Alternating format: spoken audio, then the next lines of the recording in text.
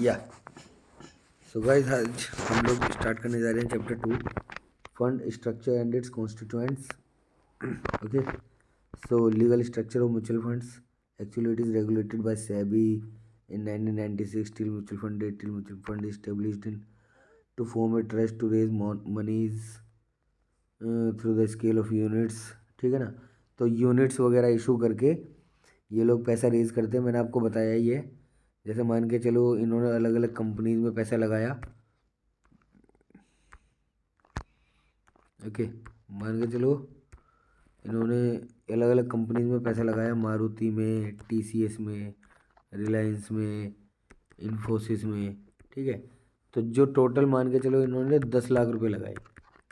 ठीक है. अब उन 10 लाख को इन्होंने 10,000 यूनिट्स में डिवाइड किया. ठीक है ना. 10,000 यूनिट्स को 10,000 यूनिट्स में डिवाइड किया 10 लाख रुपए को. तो कितनी यूनिट्स बन गई? 100. एक यूनिट कितने की हो गई? 10,000 रुपये की. ठीक है ना. तो अब वो 100 यूनिट्स 10,000 रुपये की करके मार्केट में घूमेंगी. ठीक है ना. और ये पब्लिक से पैसा इन्वेस्ट करेंगे. तो ये मैंने एक एग्जांपल लिया है. ये एक्चुअली ये वैल्यू होती है मैक्स टू मैक्स 5,000 रुपये, 5,000. और ये होती है लाख, करोड़, ऐसे करके. ठीक है. तो कई लाख यूनिट्स हो जाती हैं इसमें, जिसमें कई लोग इन्वेस्ट करते हैं. ठीक है ना. तो ये कॉन्सेप्ट है इसका. और ये यार पढ़ लेना, this govern by Indian trust act 1982, ये वो बकचोदी. ठीक है ना. ये सब आप देख लेना. उसके बाद mutual fund trust, SBI mutual fund sponsor, SBI bank of India, ये सब उसमें लिखा रहता है. सॉरी. इसमें बताने वाली चीज़ क्या है? Day to day management scheme, asset management company, registered beneficiary, interest act in order to perform interest. पढ़ लेता हूँ यार एक बार, क्या पता इसमें कुछ बताने लायक हो तो आपको बता देता हूँ. The trust to execute investment management agreement with the AMC, various agencies. ठीक है ना. ओके. तो इसमें क्या होता है? Mutual fund trust, mutual fund का नाम, स्पॉन्सर जिसने उस म्यूचुअल फंड को बनाया है, trustee SBI mutual fund trustee company India private limited, AMC asset management company, SBI fund management private limited, custodian HDFC bank limited, RTA registrar and transfer agent, computer age management services CAMS. ठीक है ना. Camps का भी अलग से exam होता है. Camps एक संस्थान है. ठीक है. जो कि रजिस्टर और ट्रांसफर, मतलब रजिस्ट्रेशन और ट्रांसफ़र वगैरह करती है. यूनिट्स ट्रांसफ़र टू बैंक और funds transfer to bank and units transfer to investors. Sponsors, ये पढ़ लेना. स्पॉन्सर्स का क्या काम है? स्पॉन्सर्स का, the sponsor invest in the capital of the AMC. Main people behind the mutual fund operation, eligibility criteria specified the sponsor. ये eligibility criteria है स्पॉन्सर के. स्पॉन्सर एक्चुअली स्पॉन्सर यार होते नहीं है. जैसे मतलब IPL की टीम को स्पॉन्सर करता है स्पॉन्सर. ठीक है. सलमान खान कपिल शर्मा के शो को स्पॉन्सर कर रहा है. ठीक है ना. तो sponsor have to contribute a minimum of 1 lakh rupees as a initial contribution to the corpus of the mutual fund. ठीक है ना. 40% of the net worth of the AMC sponsor needs to contribute. Suppose AMC is 10 lakh, तो 4 lakh sponsor को देने पड़ेंगे. ठीक है ना. जो स्पॉन्सर करता है. फिर ट्रस्टी जो उसको चलाता है, trustee. Every trustee has a person और एबिलिटी, इंटीग्रिटी एंड स्टैंडिंग. सभी रेगुलेशन जो होती हैं उसकी. ट्रस्टी क्या है? Trustee have a critical role in ensuring the mutual fund complies with all the regulation and protect the interest of the unit holders. ठीक है ना. कि पैसा सही जगह इन्वेस्ट हो रहा है कि नहीं हो रहा है ना. अब इन्वेस्टर्स के इंटरेस्ट को प्रोटेक्ट करने के लिए ट्रस्टी काम करते हैं. ठीक है ना. देन उसके बाद एसेट मैनेजमेंट कंपनीज, जो आपका एसेट मैनेज करती है. एसेट मतलब कि आपका शेयर्स वगैरह. शेयर्स भी आपकी एक एसेट है. ज़मीन, रियल इस्टेट फंड है तो रियल इस्टेट आपकी एसेट हो गई. ठीक है ना, उसको मैनेज करना। Day to day operation of mutual fund handled by AMC, the sponsor trustee authorised by the deed. Day to day operation जो होते हैं उसको भी मैनेज करता है asset management company. Okay, then आ जाते हैं आपके कस्टोडियन। कस्टोडियन है custody of the assets of the fund. Custodian के बाद क्या होती है, आपके फंड्स की कस्टडी होती है। ठीक है ना, जब आप चाहो उसको बेच सकते हो, जब आप चाहो उसको खरीद सकते हो, लेकिन कस्टोडियन पे आप भरोसा कर सकते हो कि हाँ मेरी चीज़ सेफ हाथों में है। कस्टोडियन जो है रेगुलेटेड होती है बाय सेबी। सेबी के अंदर रजिस्टर होती है, सेबी के अंडर में ही काम करती है। रजिस्टर एंड ट्रांसफर एजेंट, ये भी सेबी के अंडर रजिस्टर होते हैं। ठीक है, the register maintain investor records, वो क्या करते हैं, इन्वेस्टर का रिकॉर्ड मेंटेन करते हैं कि किस इन्वेस्टर्स के पास कितनी यूनिट है। ठीक है ना। ऑडिटर्स क्या करते हैं, ऑडिटर्स क्या करते हैं, ऑडिट करते हैं कि हाँ जितना फंड है, जितना पैसा इन्वेस्टर्स का आ रहा है, वो पैसा जितना इन्वेस्टमेंट दिखा रखा है उतना इन्वेस्टमेंट है या नहीं है, या इन्वेस्टमेंट कुछ और दिखा दी और पैसा अपने घर लेके जा रहे हैं, ऐसा तो कुछ नहीं है। फिर उसके बाद होते हैं फंड अकाउंटेंट्स। ठीक है, अकाउंटेंट्स का आप लोगों को काम पता ही है। वैसे ये सब चीज़ आपके पेपर के लिए इतना ज़रूरी नहीं है, मतलब इतना कोई पूछेगा नहीं डीप में, बस ये नाम नाम याद कर लेना। फंड अकाउंटेंट्स होते हैं, डिस्ट्रीब्यूटर्स होते हैं, कलेक्टिंग बैंकर्स होते हैं जो पेमेंट कलेक्ट करते हैं। ठीक है ना, केवाईसी जो केवाईसी करते हैं आप लोगों की। ठीक है ना, सेंट्रल केवाईसी, पेमेंट एग्रीगेटर्स, तो ये सब ही है इस चैप्टर में तो ना। Legal and regulatory environment, roles of regulators in India. Securities exchange board of India, SEBI का क्या रूल है, सेबी क्या करती है, इन्वेस्टर्स का इंटरेस्ट प्रोटेक्ट करती है। ठीक है ना, कि कोई फंड उनके साथ फ्रॉड ना कर रहा हो। ठीक है, कोई फंड उनके साथ फ्रॉड ना कर रहा हो, या कोई फंड इन्वेस्टर्स के साथ चीट ना कर रहा हो। ठीक है ना। Security regulatory and authority of securities market, पूरी सिक्योरिटीज मार्केट की रेगुलेटरी एंड अथॉरिटी तो सबको ही पता है। It regulatories entities, mutual fund, depositories, custodians, registrars and transfer agents. अच्छा, इन सबका अंतर बताता हूँ। म्यूचुअल फंड बताया ही है मैंने आपको, जो सबका फंड लेके इन्वेस्ट करता है, इक्विटी में, डेट में, हाइब्रिड फंड होते हैं, ये सब फंड होते हैं। ठीक है, देन उसके बाद डिपॉजिटरीज। डिपॉजिटरीज कौन होते हैं, जिनके पास शेयर रखे होते हैं डीमैट फॉर्म में। ठीक है, हर बंदे की अलग डीपीआईडी होती है, जिसके पास भी अपना डीमैट अकाउंट होता है। ठीक है, उसका एक डिपॉजिटरी होता है, डिपॉजिटरी के डिपॉजिटरी पार्टिसिपेंट्स होते हैं। डिपॉजिटरी पार्टिसिपेंट्स कौन हो जाते हैं, ब्रोकर्स। ठीक है, ये ब्रोकर्स हो जाते हैं आपके डिपॉजिटरी पार्टिसिपेंट्स। ब्रोकर क्या करते हैं, ब्रोकर आपके यहाँ से जैसे आपने फंड दिया तो आपके नाम पे शेयर लेके डिपॉजिटरी के पास जमा करवा देंगे। डिपॉजिटरी के पास आपके नाम से शेयर ये जमा हो गए। ठीक है, और आपके अकाउंट में शेयर्स आ गए, वो आपके अकाउंट में यहाँ पे ब्रोकर दिखा देगा कि आपके पास रिलायंस के इतने शेयर हैं। वो किसने दिए हैं, वो डिपॉजिटरी के पास पड़े हैं डीमैट फॉर्म में। शेयर्स तो डिपॉजिटरी के पास पड़े हुए हैं, जो कंपनी ने शेयर दिए हैं वो दिए तो डिपॉजिटरीज को हैं। ठीक है, लेकिन डिपॉजिटरीज ने आपको दिए हैं इलेक्ट्रॉनिक फॉर्म में। ठीक है, ये काम होता है डिपॉजिटरीज का। तो और फिर कस्टोडियंस, कस्टोडियन क्या करते हैं, जो कस्टडी रखते हैं, अपनी कस्टडी में रखते हैं वो सब चीज़ें। ठीक है ना। और रजिस्ट्रार एंड ट्रांसफर एजेंट, जो एजेंट जो आपकी रजिस्ट्री वगैरह कराते हैं, आपके नाम शेयर की रजिस्ट्री, ठीक है, उसको ट्रांसफ़र कराते हैं, these are called registrar and transfer agents. ठीक है, the applicable guideline for mutual fund set out to by SEBI, SEBI के द्वारा रेगुलेशन सेट की जाती हैं। और ये सब पढ़ लेना। Self regulatory organisation developed world to create self whose primary responsibility to regulate their own members. ठीक है ना यार, देखो वही सब इंडिया में ये सब चलता ही है, ये तो रूल रेगुलेशन पुराना।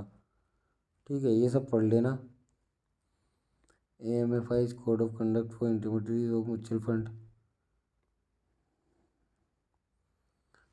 कुछ बताने लायक है क्या। कोड ऑफ एथिक्स, एथिक्स पढ़ लेना यार, अच्छे से डील करनी चाहिए। और पब्लिक से इंटरमीडियरीज बीच में होंगी, कोई घपला नहीं होगा। एएमएफआई का कोड होता है, एएमएफआई से रजिस्टर होते हैं। 99 और मैनेजमेंट कंपनी है trusted, avoid by the code of conduct. ठीक है ना, रूल्स बनाए हुए हैं, सबको रूल्स के हिसाब से चलना होता है, ये सब लिखा हुआ है। ठीक है ना, guidelines for circulation of unauthenticated news, कोई अनऑथेंटिकेटेड न्यूज़ ना फैला दे फॉर प्रॉफिट। जैसा आपने देखा कि मतलब उसने किसी ने फैला दिया कि हाँ भाई इस फार्मा सेक्टर का या मान के चलो डॉक्टर रेड्डीज़ की दवाई एक फ़ेल हो गई, दवाई फ़ेल हो गई, उसका एक्सपेरिमेंट फ़ेल हो गया, उसकी दवाई एक गलत चल गई लोगों के पास, उसकी दवाई खा के 10 लाख लोग मर गए। डॉक्टर रेड्डीज़ का क्या होगा, शेयर डाउन, और ये ले लेंगे, जो बड़े प्लेयर्स होंगे वो ले लेंगे, बाद में कहेंगे नहीं नहीं ऐसा तो कुछ नहीं था, वो सब ठीक था, फिर वापस से अब। ठीक है ना, तो ये सब अनऑथराइज्ड है। लेकिन लोग फिर ये करते हैं, भाई इंडिया में कुछ नहीं चलता यार, इंडिया में सब लीगल है जब तक पकड़े ना जाओ। सही कहा था अभिषेक बच्चन ने। Due diligence process by AMC distributors. Due diligence process क्या होता है? ठीक है, multiple for present more than 20 locations, क्या है ये? SEBI has mandated AMC is to put in place of due diligence process to regulate distributors who qualify any of the one following criteria. AUM raised under over rupees 100 crores। ठीक है ना, किसी को अपना mutual fund खोलना है तो उसके पास 100 करोड़ से ज़्यादा होना चाहिए। ठीक है, commission received over ₹1 per annum across industry. तो ये सब क्या कमीशन है, क्या ये सब है, ये पढ़ लेना यार। इन्वेस्टमेंट रिस्ट्रिक्शंस, ठीक है ना, तुम पढ़ोगे समझ में। Investment restrictions for schemes, investment में रिस्ट्रिक्शंस भी होते हैं ना। Mutual fund shall not advisory any loans. अच्छा, म्यूचुअल फंड लोन नहीं देता, हाँ सही बात है, म्यूचुअल फंड लोन क्यों देगा, म्यूचुअल फंड इन्वेस्ट करता है। ठीक है ना, चलो जो भी है, क्या क्या था स्कीम में investing other scheme of the same mutual fund, the investment invest in other scheme of the same mutual fund, उसको क्या बोलते हैं, फंड ऑफ फंड और other mutual fund. This will be limited to the more than 5% of the net asset value of the scheme, no fees will be charge for such investment. ठीक है, this does not apply to fund of funds. ये fund of funds को apply नहीं करती। अच्छा, मतलब ये वाली जो है सिर्फ 5% तक अप्लाई, 5% से ज़्यादा किसी दूसरे फंड में इन्वेस्ट नहीं कर सकते, जो नॉर्मल म्यूचुअल फंड्स होते हैं। ठीक है ना, फंड ऑफ फंड्स तो पूरा का पूरा पैसा दूसरे फंड में इन्वेस्ट करते हैं। इन्वेस्टमेंट, अगर आप कुछ इन्वेस्टमेंट कर रहे हो तो आपका कोई ऑब्जेक्टिव होना चाहिए कि आपको कितना कॉर्पस चाहिए, कितने साल बाद चाहिए, कितने % रिटर्न मिलना चाहिए उस पर, और आप उस कॉर्पस का क्या करेंगे, और आप कितना पैसा महीने का इन्वेस्ट कर सकते हैं। ठीक है, ये सब आ जाता है आपका other rights of investor, right RTO वगैरह फाइल कर सकते हैं, और एएमसी से बात कर सकते हैं। मतलब बहुत कुछ है राइट टू इन्वेस्टर्स, मतलब क्या क्या राइट्स हैं इन्वेस्टर्स के ना। ठीक है ना, क्या क्या उसको पढ़ लेना चाहिए। Read all other scheme related documents carefully before invest. ठीक है ना, ये सुना ही होगा आप लोगों ने। ठीक है ना यार, 3:17 हो रहे हैं रात के, चलो कोई नहीं यार। ठीक है, हर साल एनुअल रिपोर्ट देनी होती है उसको कि किस किस फंड में इन्वेस्ट करा, किस किस फंड से क्या क्या पैसा आया, क्या क्या वो है, उस सब में क्या क्या कैसे कैसे आपने किया है, तो वो सब आपको बताना पड़ेगा उसमें अकाउंट स्टेटमेंट में। ठीक है ना, और क्या क्या है fundamental attributes of a scheme, कुछ है नहीं यार वैसे ज़्यादा ना इसमें बताने के लिए। प्रोसीड्स ऑफ इलिक्विड सिक्योरिटीज़, जो इलिक्विड सिक्योरिटीज़ होती है, मतलब जो जल्दी से कैश में कन्वर्ट नहीं हो सकती, जो डेट सिक्योरिटी वो ट्रीटेड होली और पार्शली नॉन निकल at the time of maturity और winding up of a scheme. ठीक है ना, कैन म्यूचुअल फंड स्कीम को बस्ट। म्यूचुअल फंड स्कीम हाँ हो सकती है, बिल्कुल हो सकती है बस्ट। ठीक है ना, when the AMC manages the investment in the asset of the scheme are held by the custodian, both operate under the overall control of the trustees। ठीक है ना, ट्रस्टीज के कंट्रोल में होते हैं। अगर ट्रस्टी चाहे तो ले जाए, ट्रस्टी चाहे तो डुबा दे। ठीक है ना, नाउ। और इंटीग्रिटी होनी चाहिए, ड्यू डिलीजेंस, डिस्क्लोजर्स, ये सब तो यार देखो तुम्हें ही पढ़ने पड़ेंगे, मैं क्या समझाऊँ इनको, इंग्लिश पढ़ूँ फिर आप बोलोगे ये तो हम खुद भी पढ़ लेते, तू क्या बता रहा है। ठीक है ना। तो यार मैं तो सिर्फ आपको मेन मेन बता देता हूँ इस बुक में है क्या क्या, मैंने भी नहीं देखा यार। ठीक है ना। म्यूचुअल फंड का कॉन्सेप्ट क्या है, reporting practice, member shall ensure scheme wise segregation of cash and securities account. अच्छा, अलग अलग एक स्कीम के अनुसार मतलब कहाँ कहाँ कैश डाला हुआ है, कितना कितना क्या क्या सिक्योरिटीज बाई की हुई है, वो सब इन्फॉर्मेशन देना। ठीक है ना। Okay. AMFI code of conduct, ये भी पढ़ लेना यार, कोड ऑफ कंडक्ट्स। मैं नहीं समझा रहा यार इतना सारा, इसमें वैसे भी कुछ है नहीं है, एक बार पढ़ोगे या तो जाए कोई सी भी लाइन उठा लो यार। In respect of purchases into any of fund with effect 1 January 2013, in the event of any switches for regular plan to direct plan, all upfront commission paid to the distributor shall be liable to compete or appropriate clawback। अगर कोई regular plan से direct plan में convert कर रहा है, regular plan और direct plan ऊपर बताएगा कहीं, मैंने तो नहीं पढ़े यार। रेगुलर प्लान क्या होता है देखो मैं बता देता हूँ यार आपको, कहीं मिले तो फिर आगे और बता देंगे। ठीक है ना। वैसे क्या होता है,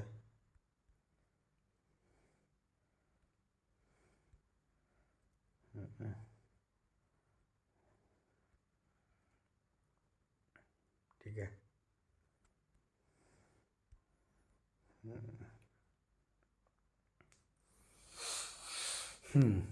रेगुलर प्लान में क्या होता है, रेगुलर हो गया, एक हो गया डायरेक्ट। देखो रेगुलर प्लान में क्या होता है, चार्जेस हाई, इसमें क्या होते हैं, चार्जेस लो। ठीक है। नाउ इसमें आप किसी ब्रोकर के थ्रू म्यूचुअल फंड बाय करते हो। ठीक है। इसमें आप no broker direct mutual fund buy करते हो। ठीक है ना, कोई ब्रोकर नहीं है, डायरेक्ट म्यूचुअल फंड बाय करते हो। ठीक है, ये अंतर है रेगुलर और डायरेक्ट में। ठीक है। नाउ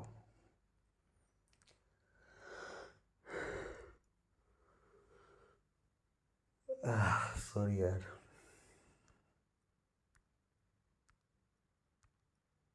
यार टाइम नहीं मिलता यार। कल एक मॉडल तैयार किया था बना के, इसका क्या नाम, एडोबी का, बड़ा गंदा मॉडल था यार। चैप्टर 4, चलो चैप्टर 4 हम स्टार्ट करेंगे कल। ठीक है, चलो बाय बाय।